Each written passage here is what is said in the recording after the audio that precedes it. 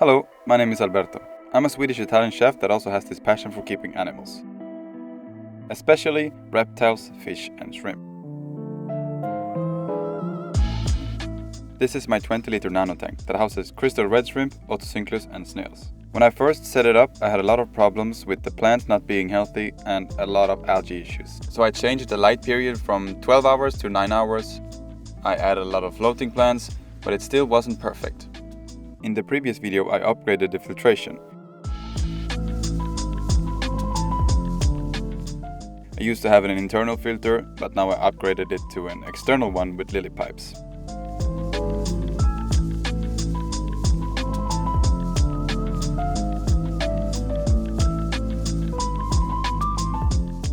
In this video we're going to upgrade the tank with a DIY CO2 system.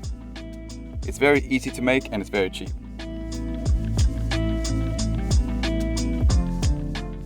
Enough talking, let's go into the kitchen and let's get started.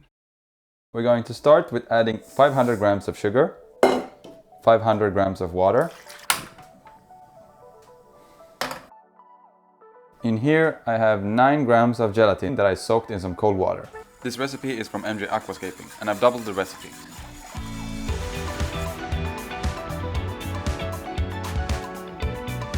This doesn't need to boil, it just needs to be hot enough so that the gelatin melts. There we go.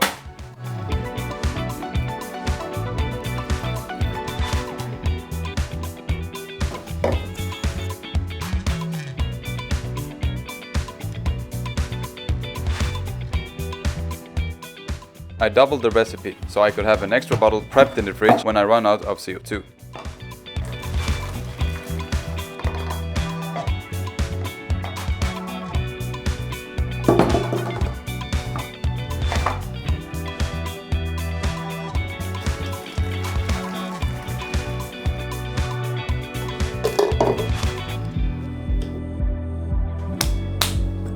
So that's step one. I'm gonna put these in the fridge overnight so that the gelatin sets.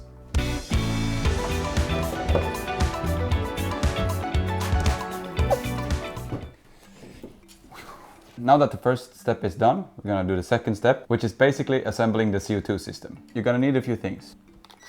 Drill, some scissors, some see-through tubing, some more tubing, doesn't need to be see-through, a big bottle, a small bottle, CO2 diffuser, check vault, 2 of them.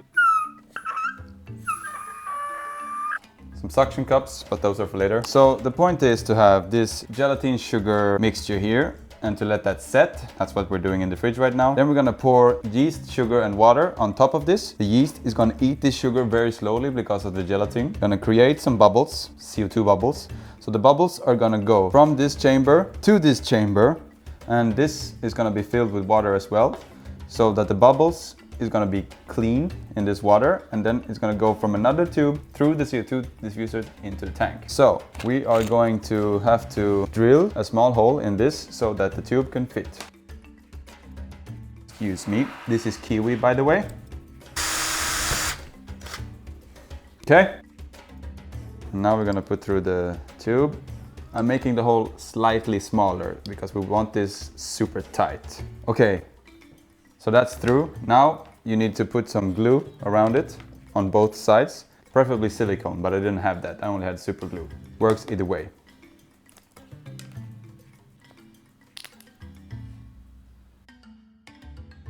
Now I have to wait for this to set. In the next cap there are going to be 2 tubes, and this one is going to go in here. Okay? So this is the bubble counter, or like the bubble purifier. I'm gonna attach a check valve to that, to the small one. And then this is gonna go here. Then it will be attached to this. So we're also gonna attach another check valve. And I'm blowing it so I know which one is the right way. So to that we're going to attach the nice tubing that is going to go into the tank. And then we're going to attach the CO2 diffuser. So we're done with step 1 and 2. We need to wait for this to set. Tomorrow we're going to add the yeast to this. No. Okay, see you tomorrow. So it's now the next day. The gelatin is set and the glue is cured. The next step would be to add a teaspoon of sugar to 1 liter of lukewarm water. And we're gonna go with some dry yeast. And for that, we need this small little scale. And the recipe says to add 1 or 2 grams of dried yeast. So we're gonna go with 1.5. 1.58. Okay. Add a little spoon.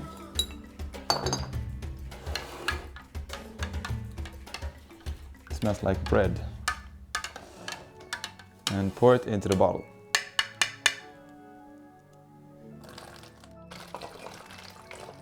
As you can see, the liquid here lays on top of the gelatin. Okay, so this one goes here.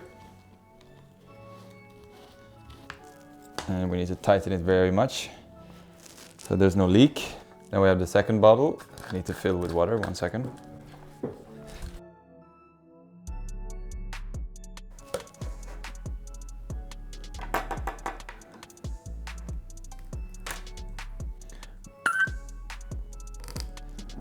Then we need to connect it to this check bolt. Let me explain. The way that this works is that the yeast will eat the sugar slowly because of the gelatin and create CO2. And the CO2 gas will go through this tube, through this check vault, through here, and then into this smaller bottle, which serves as a bubble counter / bubble cleanser. And then the bubbles rise up to this chamber through this tube and then into your aquarium through the diffuser. Simple, very cheap, very simple. And it's very smart to make another bottle with the sugar and gelatin, so you don't have to repeat this process the next time you need it. All we need to do now is to wait for the fermentation to happen. See you then.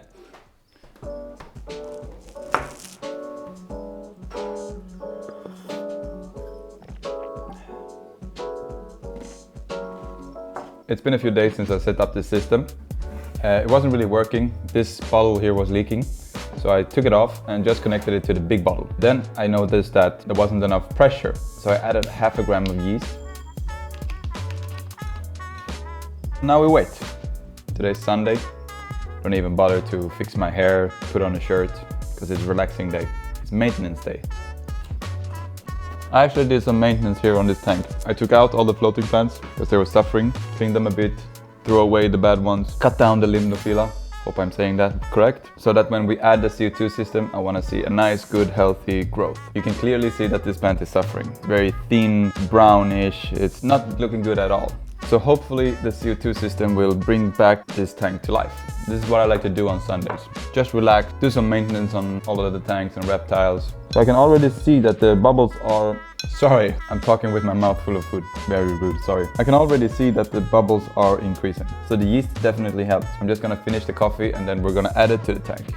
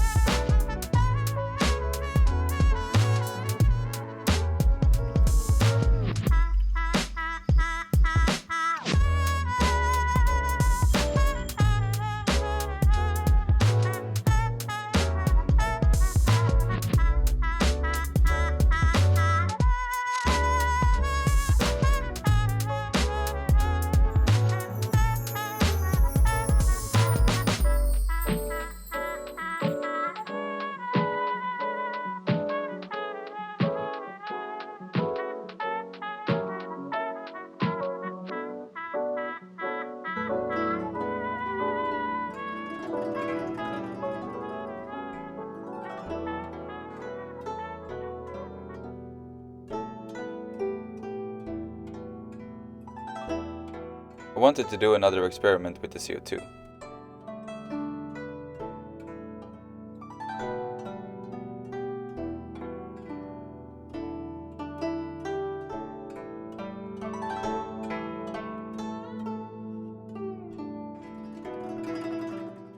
I wanted to try with the red plant, so I bought some Ludwigia Super Red.